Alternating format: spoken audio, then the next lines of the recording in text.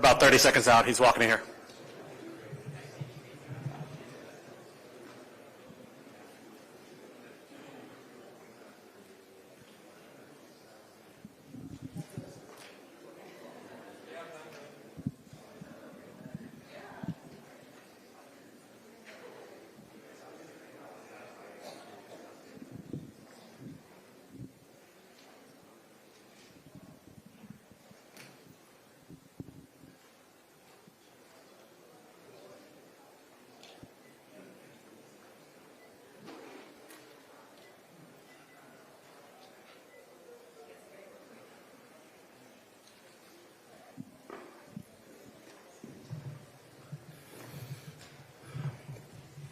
All right.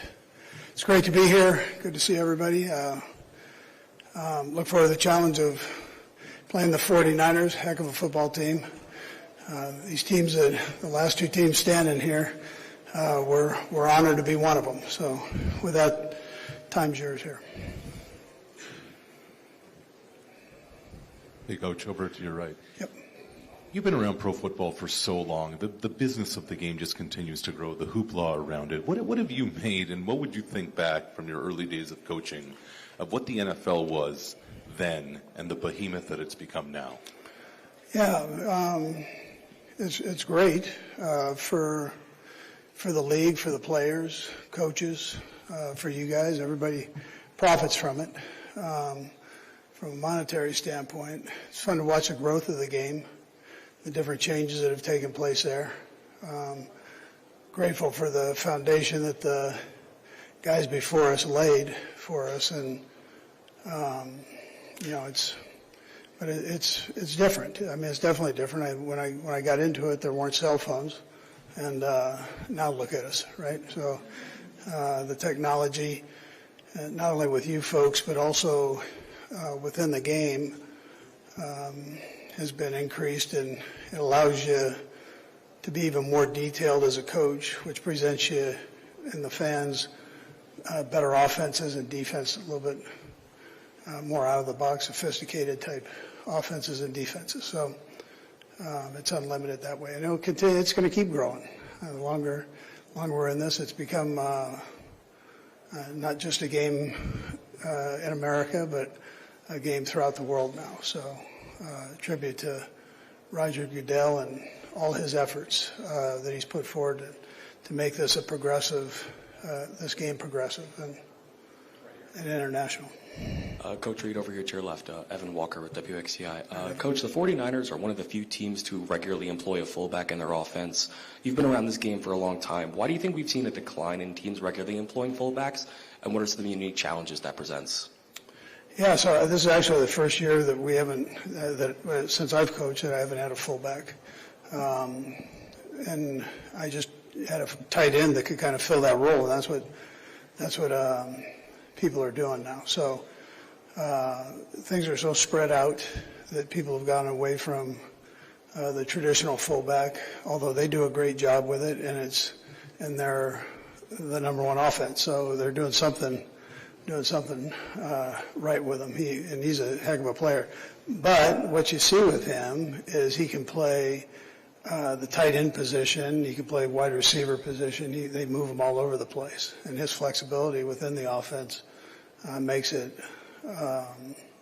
valuable position for them. Hello, Coach. Good morning. Federico Olvera, Gamebola from Radio 13, Mexico City. Yes. Coach, what's your strategy to arrive in a good shape in January in the playoffs? What are those things you do and you say to your players to execute well on the game and mostly in the Super Bowls? Yeah, so there's a lot of hoopla that goes on with the game, and everybody patting you on the back, and all of that's great. But you've still got to practice.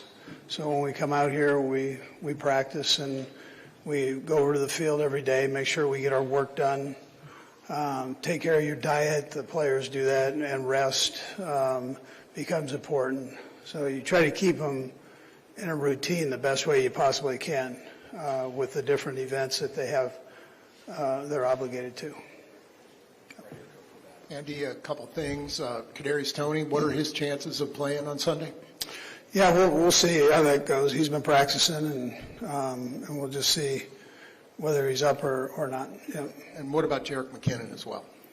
Jerick is not practicing.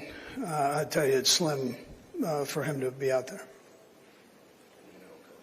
Coach Reid, last year I got to interview you and I asked you if you considered your Kansas City Chiefs in a dynasty. You told me that it was not in you to define them like that. Given the circumstances and seeing you back here again, I have to ask, has your answer changed? Are you the new dynasty? Yeah, so I think the best answer I can give you is when you're in the mix of things like we are, you don't really look at that. You're so focused in on the next game. And I think if you make that your focus, you're probably going to have a problem and get knocked off whatever pedestal people think you're on. And so this game, there's too much parity in this game to take your energy and put it in that direction. So we're focusing on this game here against a great football team, and it's going to take all our energy to do well against them. You know. Oh, sorry. Hi, Andy. Hey.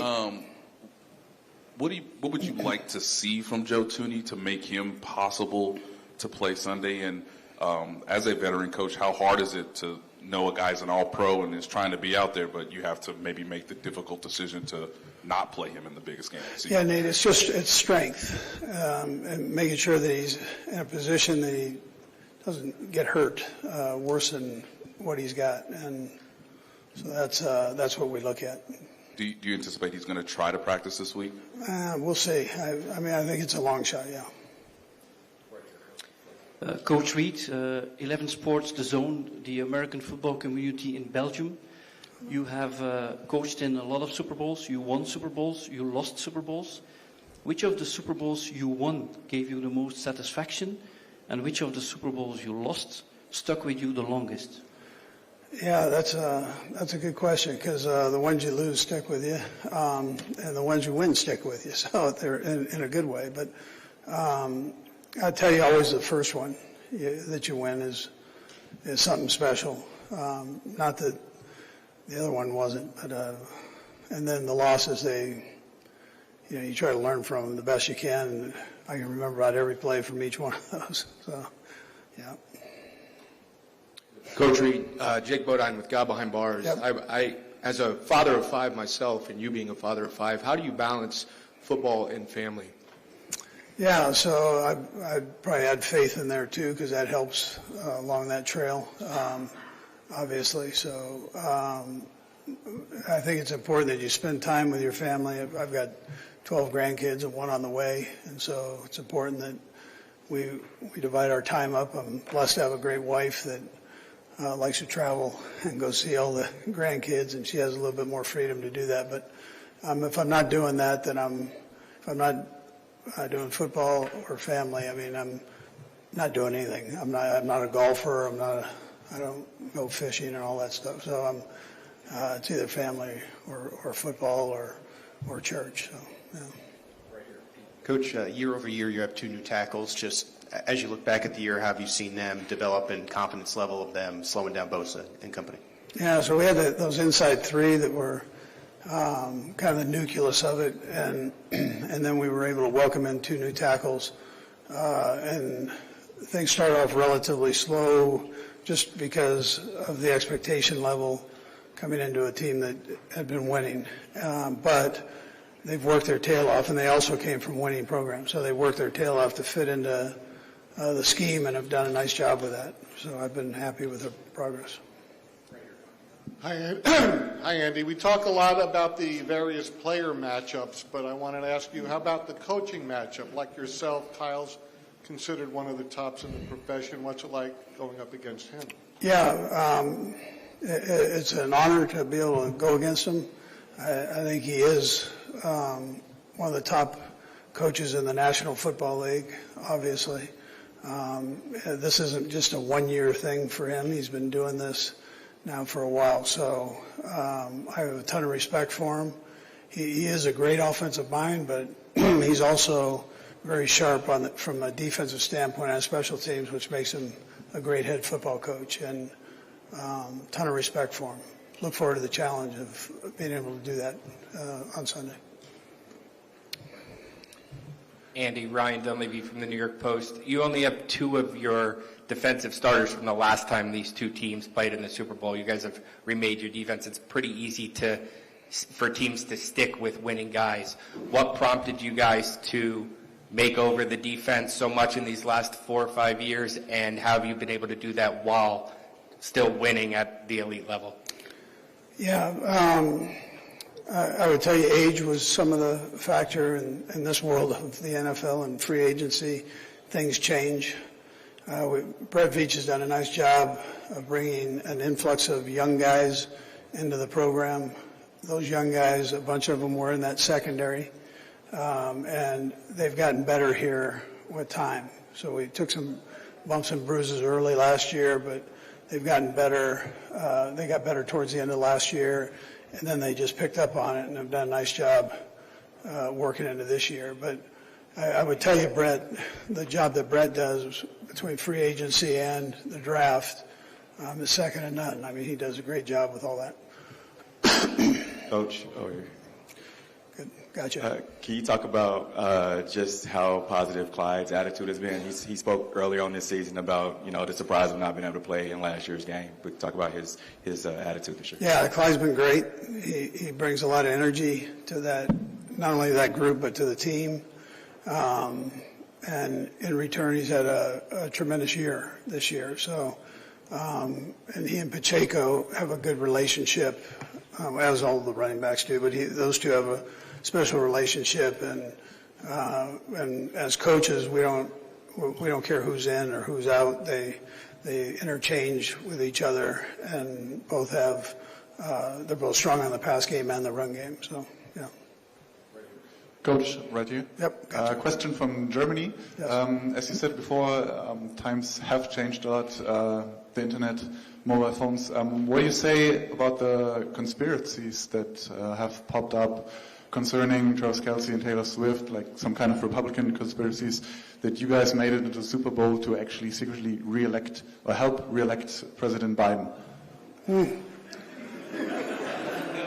That's way out of my league. Very similar to me speaking German. Listen, we appreciate, I appreciate the question. She's been great. We had a nice visit with President Biden. That's about as far as I can go last year. Yeah, with that. Andy, over here. Nope, I'm lost all the way over. Gotcha, Jeff. This game features 2 of the better offensive play callers in the NFL. But to do that during the course of a game, does it have to take away, or does it from game management? I guess it can. We haven't had problems with that. We have good communication. We all have headsets on, so we can, and we have an opportunity to see things. So I think we're okay there. I trust, Matt Nagy with doing things. If I have to watch the game, he's taking care of business, doing his thing. I'm sure Kyle would probably tell you the same thing. So we're there, and I think it works out okay. Yeah. Hey, Andy, over here. Okay. There we go.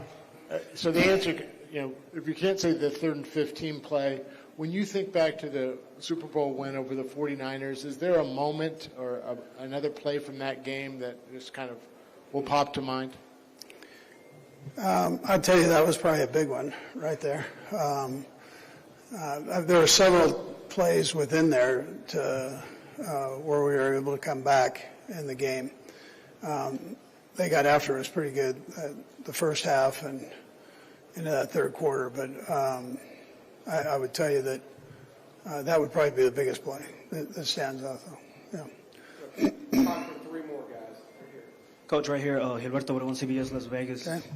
With the win on Sunday, you get the chance to join a short list, Bill Belichick, Bill Walsh, of coaches to win more than 3 Super Bowls. Have you thought about that? I haven't, no, but I appreciate you asking. That's not where I go with all that. Yeah. Do you use that as motivation, or?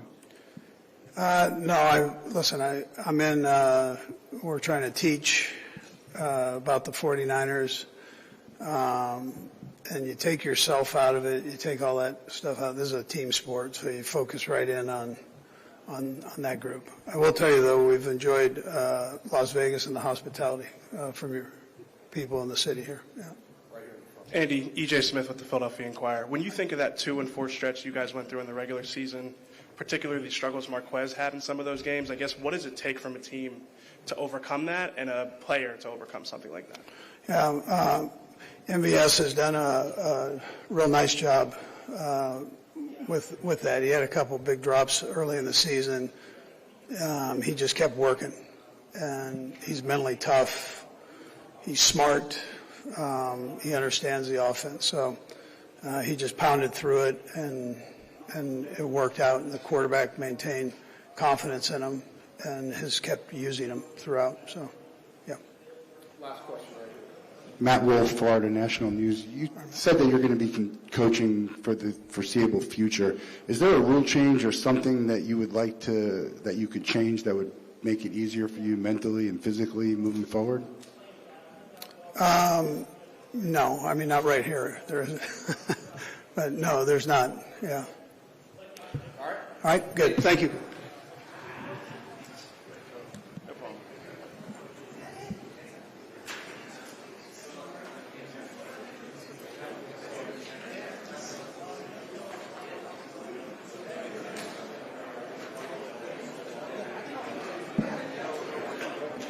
Thursday is the one that you couldn't do. No, Thursday, Oh. it's just something.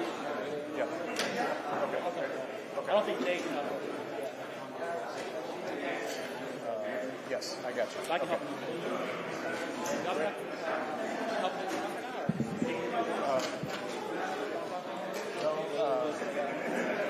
Yeah, we'll probably, we'll take it down, the names, but then we want to put them in a good spot so that we can use them, some of them tomorrow, because some of them, like Kelsey,